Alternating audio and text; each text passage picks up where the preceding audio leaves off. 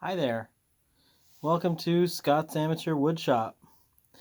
I have a weird camera angle today because I want to show you close up some basics of sharpening a little hand plane, for example. And I'm only going to show the basics because really the most important thing about sharpening is that you actually do it. So I don't want to make it too complicated all at once. So there's some things we're not going to talk about, like hollow grinds and micro bevels. I'm going to try to get too deep into the rabbit hole talking about finding the burr. And I'm going to try to focus on just showing you what to do. And if you do this a little bit, and you do it frequently enough, you'll probably be all right, and you can learn that other stuff later. So, here's the hand plane we're going to be working with today. It's a squirrel tail plane. I got it on Lee Valley. It's about $50. It has a small blade. So we're going to do basic plane maintenance today, which is mainly sharpening. So I'm going to spin this wheel to loosen the iron and pull it out this way. Now you'll notice this is a single bevel blade. What that means is that the back of this blade is flat, and if you look at the front, you see a bevel here. And if I can get this to focus, I can show you from the side what it looks like too. Well, not doing so well on the focus, but hopefully you get the idea. So a sharp point or sharp edge is the intersection of two surfaces. And if there's any radius there, it's rounded over and it's not really sharp. You want the area of the edge to be as close to zero as you can get it. If you put 1 pound of force here, and instead of a square inch of surface you have one thin line that approaches zero, then the pressure, the PSI, is pounds per square inch. Let's see, that would be 1 pound over 0 square inches. That would be like, well, it's not zero, but it's very close to zero. So as it approaches zero, that approaches infinite PSI, or infinite pressure. So that's why sharpness works. We're really trying to get it down to nothing. So I want you to be able to see what you're doing. So I want you to take a Sharpie, or actually I couldn't find my Sharpie, so I'm going to use this dry erase marker. And I'm going to color in this surface here. And that's going to show you where you're removing material, which is a really good trick, especially for beginners, so that you can see what you're doing. So that's blackened now, and I'll be able to tell where I'm wearing away material. So I'm going to set that down for a second. Now, I've shown you in another video about a beginner sharpening kit, portable sharpening kit that you can use, which is a couple of stones. I have a fine one and a medium one. It's about, I think this one's about, this one's a 6,000 grit, and this one's a 1,000 grit. So that's like, the 1,000 grit is kind of a medium, and the 6,000 is like a fine stone. And grit standards vary, so take that with a grain of sand, but don't get a grain of salt, but don't get grains of anything on your sharpening stones. You don't want them contaminated by large grit particles. So I'm just soaking those in a little water because these are water stones. Now you could also use a diamond plate like this little one, or a bigger one. You could use bigger sharpening stones. You could use diamond film. You could use oil stones. You can use whatever sharpening media you prefer. I remember reading that Chris Schwartz recommends picking one and sticking to it, and I think that's probably pretty good advice. And if you don't know which one to pick, I would say start by getting a coarse diamond plate that's going to stay flat, but will lose its sharpness after a while. And then soon after that, I would get like 1,000 grit water stone, which is good enough to start with, and then you can use the diamond plate to keep it flat. So every time I use my stones, I do this with the diamond plate, just to keep it flat. I don't do a lot because most of the work to keep it flat is done by using the stone evenly. But that just keeps it in check. And if you have a dish or some shape, it'll show, and then you'll know if you need to do more work. So we need to touch both surfaces that intersect to form that edge. So the back is pretty easy. I just do a little bit on the finest stone like this while holding it flat down. I usually save that to the end. The bevel is where you're going to do most of your work. I'm going to start on the 1000 grit stone. And remember, if you're not wearing away material right at the very edge here, you're wasting your time. So that's what the Sharpie is for, to show you whether you're doing it. But what we're going to try to do is balance this whole flat surface on the stone. Now, when you get into bigger blades, you know, it's a lot of material you're trying to wear away, so you get into techniques like micro bevels or hollow grind, which will help with efficiency, but I'm going to skip over that for now. I think it's too much detail for this video. So what you want to do is balance this edge so that bevel is flat on the stone. Now, if it were to rock back like this, that would not be the worst thing in the world. You would be taking off material that you don't really need to, but no harm would come to your blade or your iron. Now, however, if you tilted it, I'm going to lift it up the stone to show you this. If you tilted it this way too much, now you would wear away extra material right at the edge, and you would in fact make it sharp. But every time after this you wanted to sharpen it, you would have to do that same angle. And if you go too high on this bevel down plane, it wouldn't even cut at all. So you really don't want to over tilt it this way. That's what you want to avoid. So what I'm going to do is I'm going to balance that bevel on the stone. I'm going to hold it with both hands. Now I'm going to lock my wrists, my elbows, my shoulders, and my whole upper body basically to help lock in that angle. And since I'm sitting on a chair, I'm going to tilt at my hips. But if I was standing, I would move my legs and keep my upper body locked, and that helps keep that angle locked. And remember what I said about which way you don't want to tilt it. And I'm just going to move it back and forth. And this takes a little practice, but it's actually not very hard to keep a steady angle. And I'm just pressing down near the edge to balance it there. Now, you'll notice that I've taken off all of the marker. That means I'm hitting the whole surface. That is good because it means I am taking off material at the edge. The downside is that I'm spending energy on the whole surface, not just the edge. But unless we want to do micro beveling or hollow grinding, that's what we're stuck with. So how much of this do you need to do? Well, in theory, you should do it until a burr appears, but I don't want to worry too much about this right now. I think what you should try to do is when you take the plane out for a couple of strokes, take it out for a couple of strokes, take a couple of shavings off the wood and put it back away.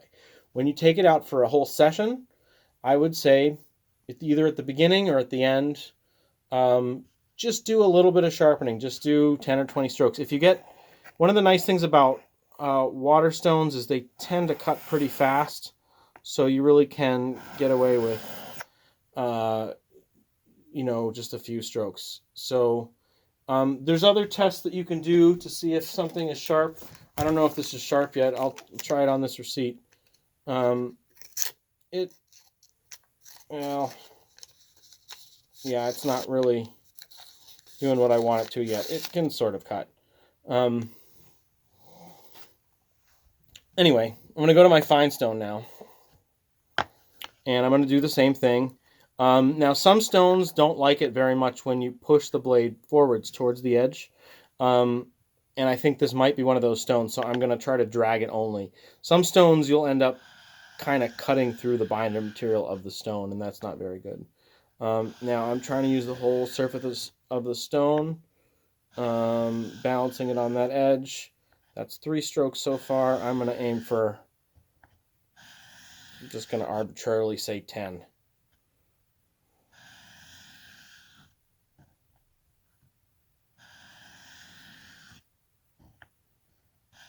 I already lost count. Let's do a couple more. Okay, now we got to hit the back too because the sharp edge is, after all, the intersection of 2 surfaces. So I'm going to, again, show you how you can do this drawing it backwards only in case you have a stone that's kind of fussy like this one might be. I'm spinning it a little bit side to side so the blade's always going backwards. It's kind of like an S motion. Now, if you were paying attention to a burr, you would have wanted to sharpen until you saw a burr. And now you would want to be making sure it comes off. A burr is a very thin, like a wire edge, it's also called. Very thin piece of metal that can form. It's basically when the steel becomes thin enough that it's not rigid anymore, it flexes and becomes this little paper thin thing on the edge.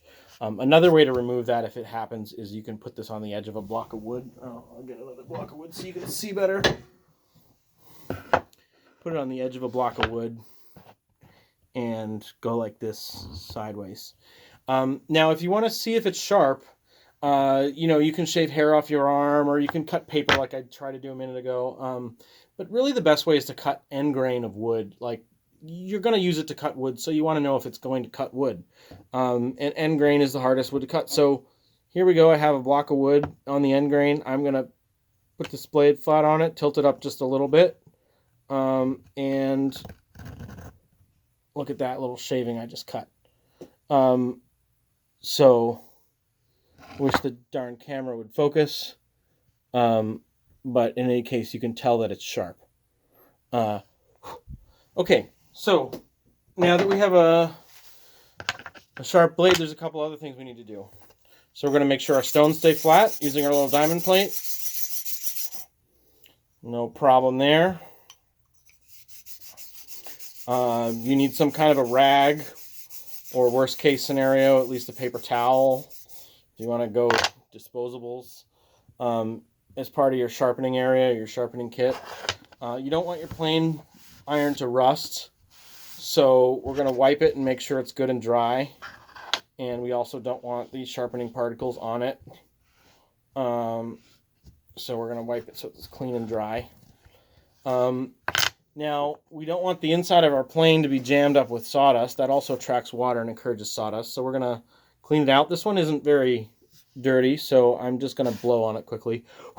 But you could get in there with a wire bristled brush or a cloth or a pipe cleaner, whatever you need to do to make sure it's clean and dry. A material, you should do that every time you open up your plane.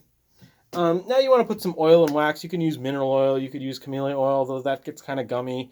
Lately, what I have in my apartment is this Butcher Block conditioner, which is a mix of, let's see, it says food grade mineral oil stabilized with vitamin E, beeswax, and carnauba wax. So I'll just put a little of it on my hands while I'm at it.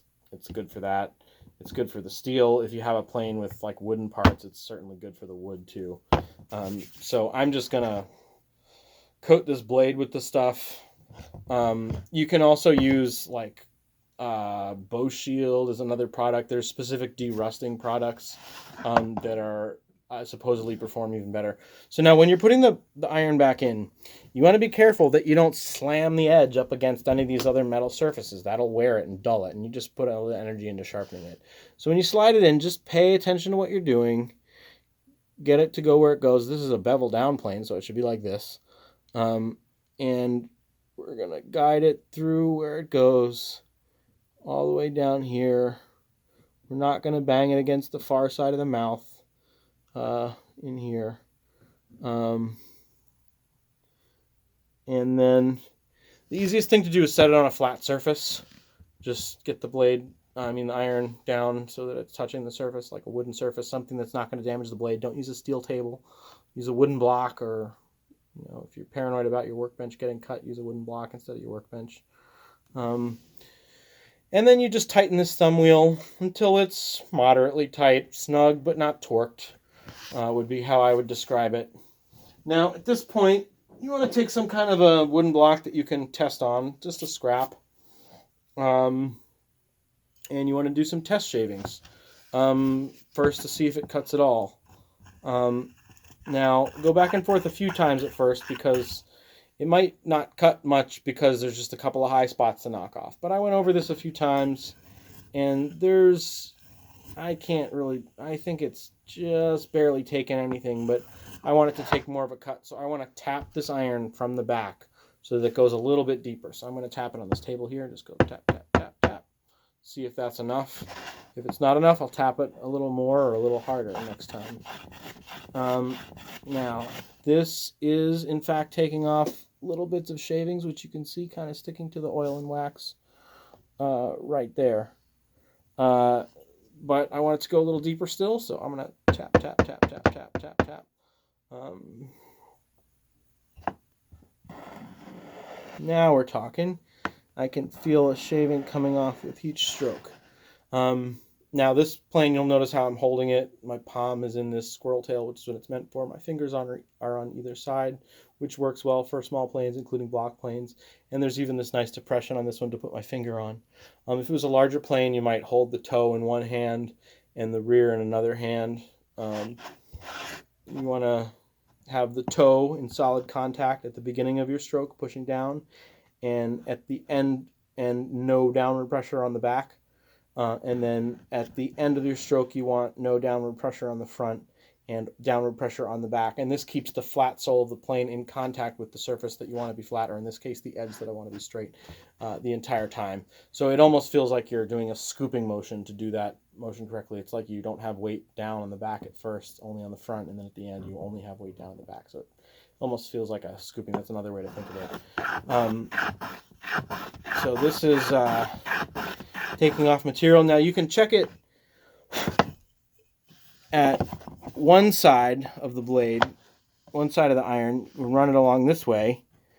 You can clear it out first to see if the iron is straight and taking an even thickness shaving the whole width of the shaving. You can test it over at one edge, and at this edge it's not taking anything. And you can test it over at this edge, and at this edge it's taking a bunch. So that means we actually want the blade, the iron rather, to tilt over a little bit this way. So we can tap it on that side. And this is how you make adjustments. It's the thumb wheel is tight, but not super tight. So it still allows for little adjustments, but it won't come out of adjustment while you're going. Now that still needs to be knocked to the right. Okay. So I'll hit it a little harder. That feels like something. That's still not much. So I'm going to hit it even harder. Okay. That's taking a light shaving. That's taking nothing much at all. It needs to be deeper overall. Tap, tap, tap. Now at some point I want to get this to be taking too much of a cut so I can show you how to adjust it backwards. So let's do that. Taking a very heavy cut. You can hear that, I'm sure. And it's a little lighter on that side, but it's still kind of heavy. So now to back it off, if you have a hammer or something, like I have this stick here that happens to be handy, you can tap it on the toe, and that will back the blade out, or you can tap it forward on the heel. So it's downward on the toe or forward on the heel. And you're just shoving the plane body in such a direction so that the iron gets left behind a little bit. That's how you can think of it. So that backs it off. Let's see, I've got enough bevel on that edge. I'll do this edge a little bit. And I haven't backed it off much with that. So I might actually want to slightly loosen the thumb wheel. That'll allow the adjustments to happen a little bit easier. So I can go like, and yep, now it's taking, yep, basically nothing at all. So now I could tap it here again. So I think you can see how this is adjusted.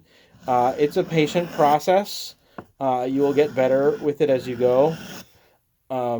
This is now taking an extremely light shaving, and I'm getting these nice little bevels very easily. And you can really hear, your ears tell you a lot. You can hear a lot about how light of a shaving it's taking. And then everything you learn on this little plane will translate up to larger planes. And you can use this information to sharpen chisels as well. They pretty much work the same way, except on a chisel, it's even more important that the back be flat, whereas on a plane blade, technically you could do back bevels and stuff like that.